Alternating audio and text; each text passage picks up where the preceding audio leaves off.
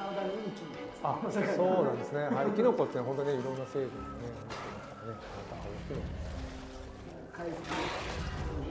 コ。知らない間に教わって植物見てる間に教われてましたね。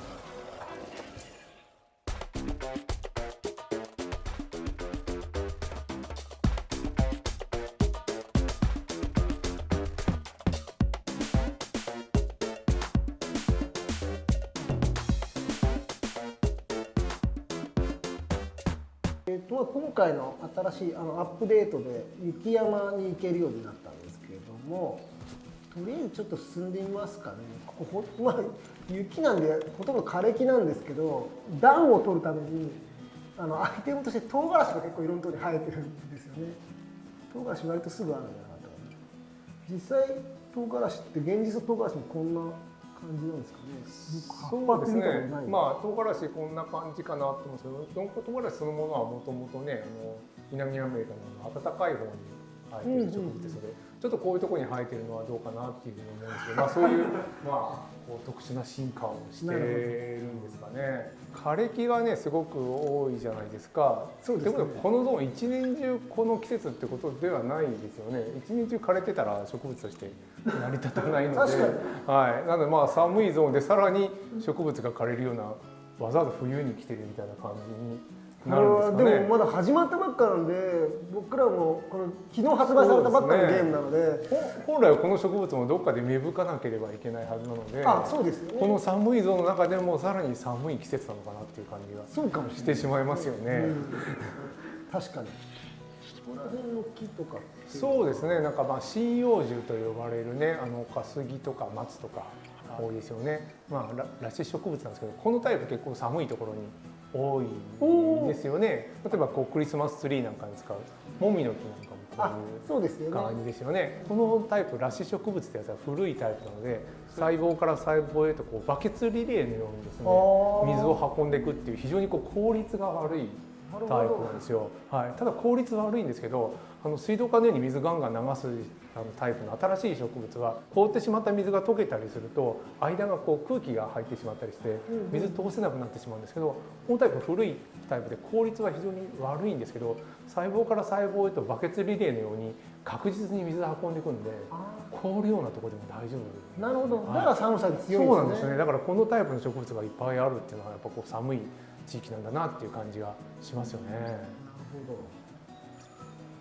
やっぱりマンモスみたいな毛の長いやつが多いですかね。ここら辺はトナカイみたいなやつとかマンモスみたいな、その割には明らかにこうヘビみたいなやつがいますけど、羽生えてるんでヘビじゃないんでしょうね。非常にこうそうですね。北のね寒いところに行くと体温を維持するためにはこう体が大きい方が有利なんですよね。表面積に対してこう体積が大きくなりますので、北の方に行くとこう体が大きくなるんですよ。体が大きくなるってことはそれだけ餌もね必要になってきますので、どこかでねこの大地の中で植物を探していかなきゃいけないっていう。これはまあいかにもこのゲームなので、雪の積雪の中を泳ぐでっかいサメのモンスターで、かなりこれはリアリズムを。いやでも肉食のものなんですよね。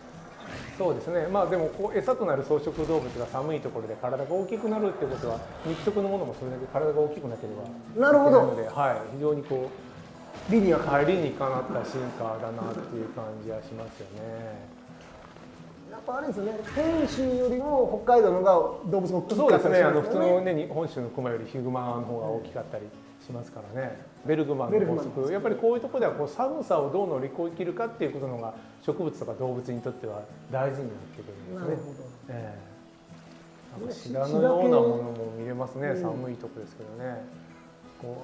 シダではないですね。でも花が咲いていますよね。これ葉っぱシダのような葉っぱをしてるんですけど、この形はシダは実は古い形でシダの植物、こういう羽のような形をしてるんですよね。ここにこう細かく分かれることによってこう葉っぱの隅々までこう水を運びやすいっていう。それなんですね。シダ植物はそういう感じなんですね。ただそれって非常にこう効率が悪いので、植物が進化をしていく過程でだんだんこう葉っぱを一枚大きな葉っぱになるように進化をしていくんですけど、さらにでもまた進化し直すとこういうふうにこうシダのように葉っぱが細かくなるような進化をしてくるものがあるんですよ。これ花が咲いてるんでシダではないんですけども、シダの植物のような葉っぱにもう一回進化し直してるんですね。っていうのはこういう形の方が光をこう受けたり効率よく受けたりするには非常にこう効率がいいので、またシダのような古いタイプの葉っぱにこう進化し直している、そういう植物ですね。なるほど。面白いですね。でもちょっと虫みたいななんか黄色いのがいっぱい飛んで、これは違うんですね。これはシルベムシっていうなんかすごく都合のいい、はいはい、僕らが行った方がいい場所とか取るといいんじゃないのっていうのにこうまとわりつく。でもなんか虫の仲間に道教えとかって言ってね、道を教えてくれる虫がいたりとか。植物なんかもやっぱり人が通りやすいところに生える植物なんかこう道の目印になっていて、そうですね。植物は青い花を咲かしてましたので、こう虫を呼び寄せるという植物ってやっぱりこう虫に花粉を運んでもらうという植物があるんですけど、それはやっぱこう花を目立たせて虫を呼び寄せなければいけないということですので、この虫分かんないですけど、もしかしたら蜜とか花粉とか取りに行ってるかもしれないですね。青い実っていうのは結構珍しいですよね。植物のこの実っていうか果実っていうのは鳥を呼び寄せて鳥にこう果実を食べてもらってで種も一緒に食べてもらって種を遠くに運ぶっていう戦略、そのために実をつけるんですけど、鳥が一番よく分かる色は赤なんですよ。赤信号ってやっぱりよく目立つんですが、だから赤とかオレンジとか紫とか赤系統のね色をしてるんですけども、これ青ってねなかなか目立たない色なのでちょっと珍しい、かなり珍しい果実ですね。これはこう武器になるんですよね。なるほど。結構硬い実になるんですね。硬い実になるんですね。種を打つのかな、あれを何にするのかな、弾丸に加工して。中に種があるっていうことですね。なるほど。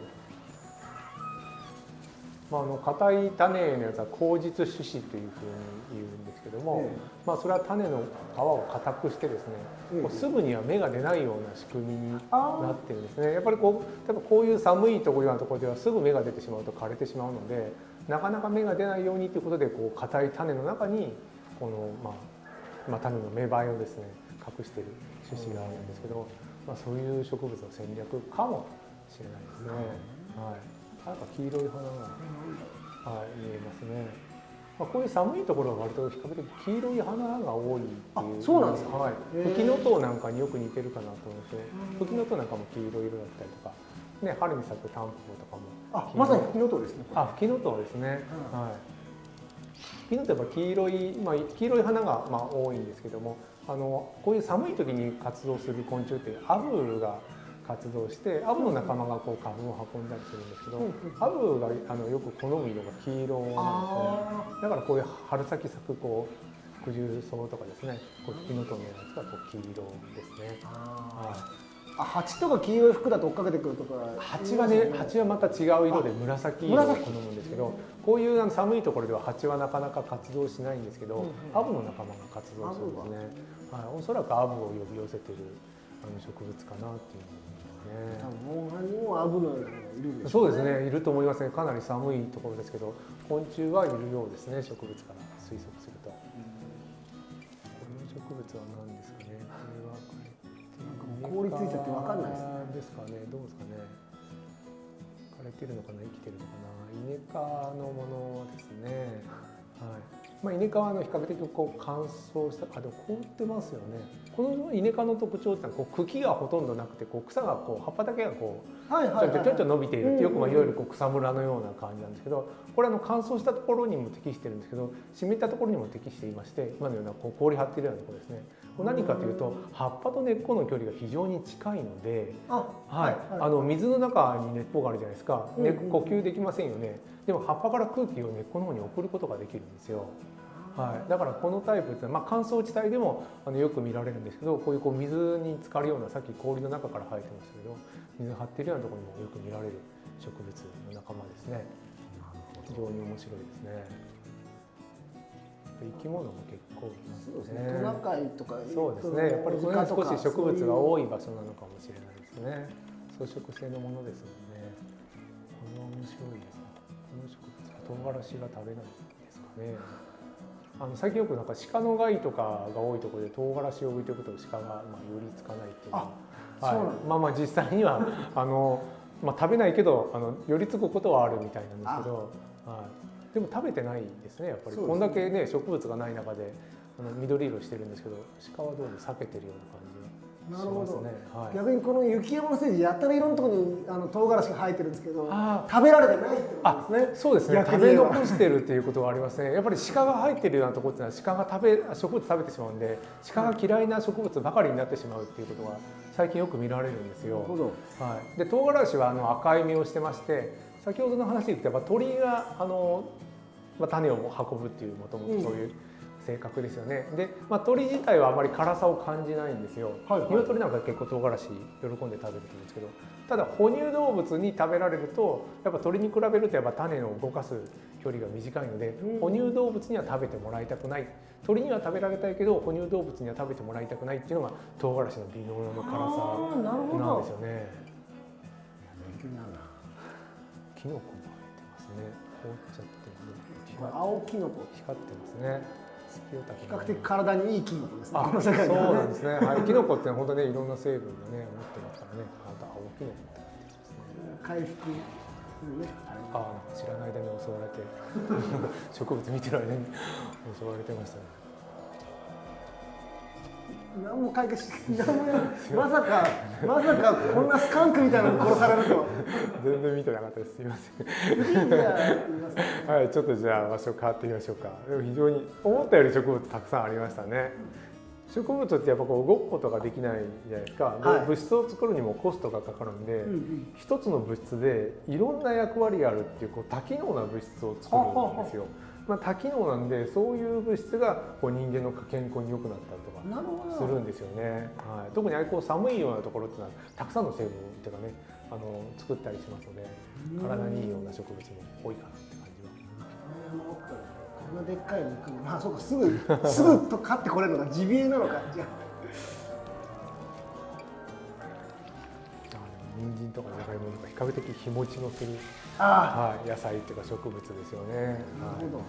やっぱこういうの日持ちがするんで長い船旅なんかにも積み込まれたんですよね。そういうところで作られたカレーライスとかね、もともと海軍とかの食事ですけど。そうですよね。海軍カレーって言いますもんね。海軍カレーとか言いますもんね。やっぱじゃがいもとか人参とか船に積んである野菜を使ってますよね。